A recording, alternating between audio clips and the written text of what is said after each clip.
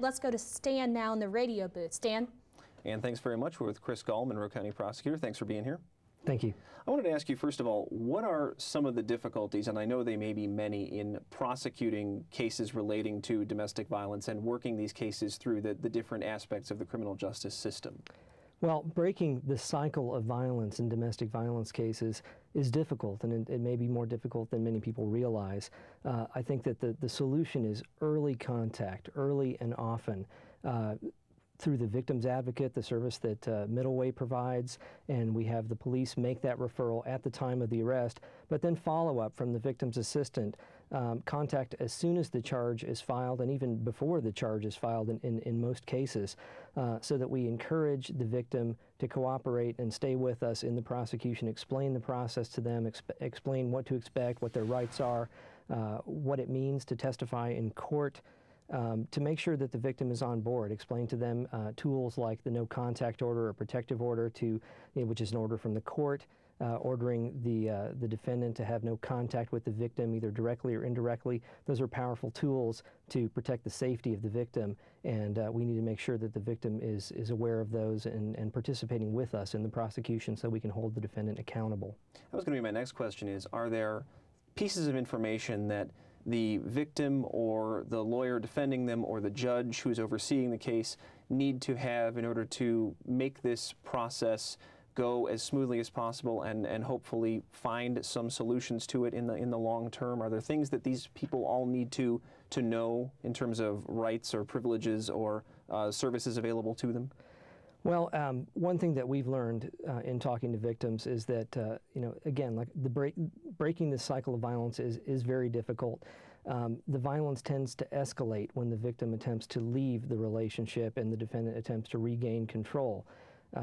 It puts the victim's safety at risk, so that 30% of female murder victims in this country are in fact slain by their husbands or boyfriends, and leaving the relationship is not just about breaking an emotional bond. There are real-life issues that come up, practical concerns, money, a job, their immigration status, what's the plan for the future, what's the support network. Victims feel fear, not only from the defendant and the pattern of violence that they've experienced, but who's going to watch the kids, child care, fear that the criminal justice system won't protect them, fear that the social service safety net is inadequate, fear that they won't be believed or will be blamed somehow for their abuse, isolation, which is a tactic of power and control in these abusive relationships, so that the victim is kept from contacting family and friends as part of their support network and denied that.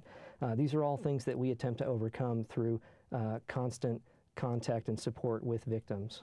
All right, well, we'll continue our conversation in just a few minutes. Right now, though, we'd like to go to a package with Shamika Neely of WTIU talking with a survivor of domestic abuse, which is a crime that in Indiana takes a number of lives every year. Nearly 50 people died in Indiana from July 2008 to June of this year. Former state senator Kathy Smith Andrew no longer shares the name of her then-husband who assaulted her more than 25 years ago. She says she was lucky to survive. I didn't know what to do. I was stuck in there. I thought he was going to kill me. And to tell you the truth, I didn't really care. The person I loved most in the world wanted me dead.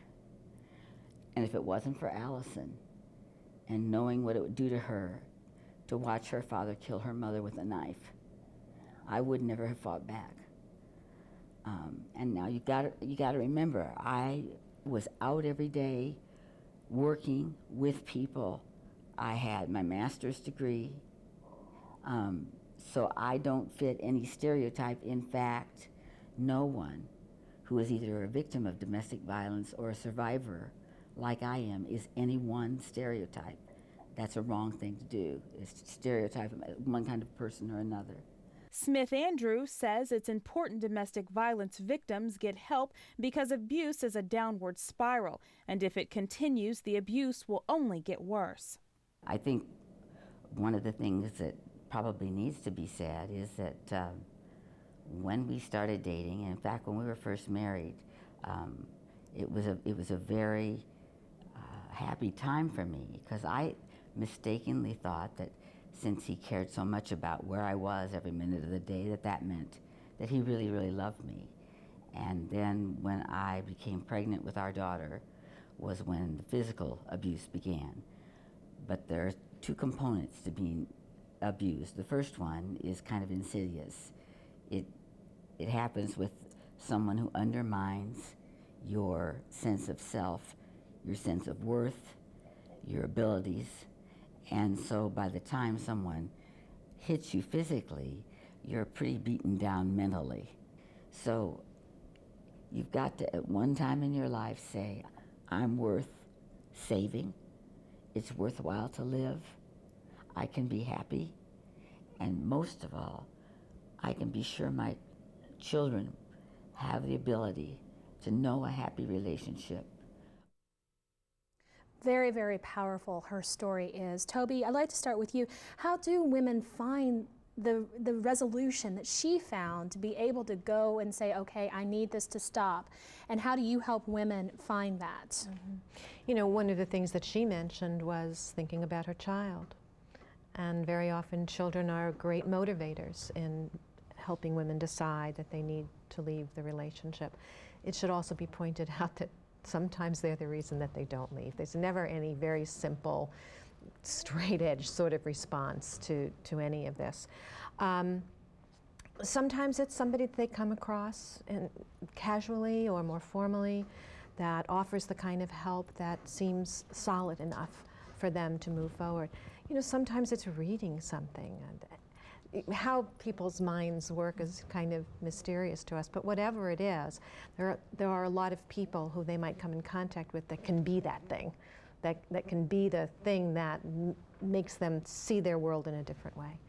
I want to talk about resources right now in terms of if somebody needed help right now, where they can go. And let's start with Middle Way House here in Bloomington, Toby, and then Linda will go to you. So when should they come to Middle Way House, and what kind of services do you provide? They should come to Middle Way House the minute it occurs to them it might be helpful. So that would be a good thing to do. There's a crisis line, 336-0846, area code 812, 24 hours a day, 365 days a year. We provide crisis intervention in the usual way over the phone, but we do it in person also in response to pages from the police department and the hospital emergency room. So they can have a human contact very early on with us. We have an emergency shelter. We have transitional and permanent supportive housing. We have legal advocacy, which is actually our most subscribed program. We have personal growth activities. We have childcare. Yeah, we see also the new wing that you're putting on, which is very exciting too. Can you talk about that a little bit? Well, one of the things is that we've had to turn people away, and that's a horrible thing to have to do. So we've known for a while that we've had to get bigger. And so the new building is really about being able to serve more women, and we will be able to double our beds in the emergency shelter. But in addition, we'll be able to see more people at legal advocacy, and perhaps most important is that we'll be able to grow the social enterprises that provide women with meaningful, well-remunerated employment, which is so often the biggest obstacle to leaving an abusive relationship and staying out of it. Linda, I'd like to go to you on the state level and the Indiana Coalition. When should people contact you? What kind of resources do you provide? Well, as a state coalition, we are a membership coalition, so we represent all 92 counties, and we are there for a variety of services to our program members, such as Toby's Middle Way House. So we are there to provide the trainings, the educational curriculums to schools. We do many public awareness events. We help our shelters with, if they run into certainly financial issues, we help with that, helping them figure out various ways. We're very involved in watching the legislation as it comes through and making sure that we are in the right direction in terms of the tougher sentencing laws and so forth. So as a coalition, we are basically there to help any and all of our programs with what they deal with. We don't do direct service. We are more of the administrative arm, though, to provide all of the support we can give them in whatever way they need. Okay, great. We'll continue our discussion in just a minute.